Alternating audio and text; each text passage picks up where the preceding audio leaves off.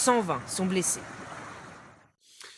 Ce nouveau rapport maintenant qui confirme l'incroyable accroissement démographique de l'humanité. Selon les experts, en 2050, la Terre comptera 10 milliards d'habitants et un jeune sur 3 vivra en Afrique. Le défi est évidemment considérable pour les pays concernés.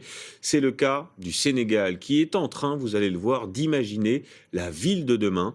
Les projets qui sortent de terre sont pharaoniques. Marc de Chalvron sur place avec Antoine Husser. Une enfilade d'immeubles en construction et des chantiers en pagaille.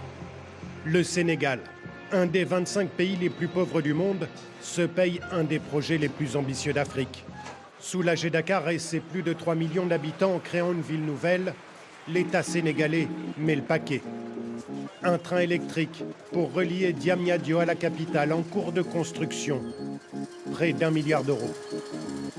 L'autoroute à peine terminée, 350 millions, sans compter une zone industrielle, un quartier d'affaires et d'habitation pour héberger notamment les fonctionnaires de cette future cité ministérielle à près de 100 millions d'euros.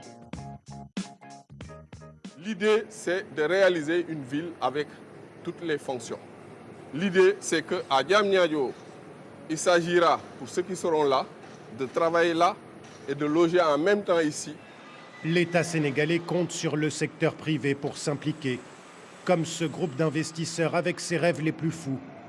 Ils ont reçu quasi gratuitement ces 64 hectares de terrain pour développer leur projet. L'entreprise est basée à Dubaï et ça se ressent. Là, il y aura le lac, l'hôtel 5 étoiles ici et des boutiques de luxe par là. On a apprécié Dubaï, mais on ne fait pas comme Dubaï, on fait plus que Dubaï. Difficile à imaginer à ce stade, mais le projet est absolument pharaonique. Diamniadio Lake City pour une clientèle privilégiée. Une ville futuriste à 2 milliards d'euros. Mais les investisseurs se montrent confiants. Ils n'ont aucun mal, disent-ils, à trouver les fonds nécessaires. On est un pays très stable, on est un pays démocrate. Chaque président, chaque élection, s'il y a des changements, les deux présidents s'appellent. Ça suffit pour vendre la destination Sénégal. Actuellement, par exemple, on vient de la Chine il y a 3 jours. Je dirais que le projet a été tous vendu. Mais le Sénégal ne voit-il pas trop grand? Et à qui sont destinés ces logements ultra luxueux comme par exemple cette maison modèle, déjà prête, tout équipée? C'est à la destination de la famille sénégalaise normale. Parce qu'au Sénégal, nous avons un déficit à Dakar de 150 000 logements.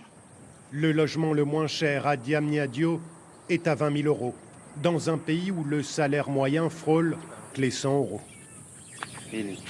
Là-bas, j'ai travaillé 7 mois. Mon frère y travaille aussi. Sambasso vit avec sa famille à Bargny, une ville collée à Diamniadio. Dans ce quartier, pas d'eau courante, pas d'électricité. Les gens ont bien du mal à se sentir concernés par cette ville nouvelle.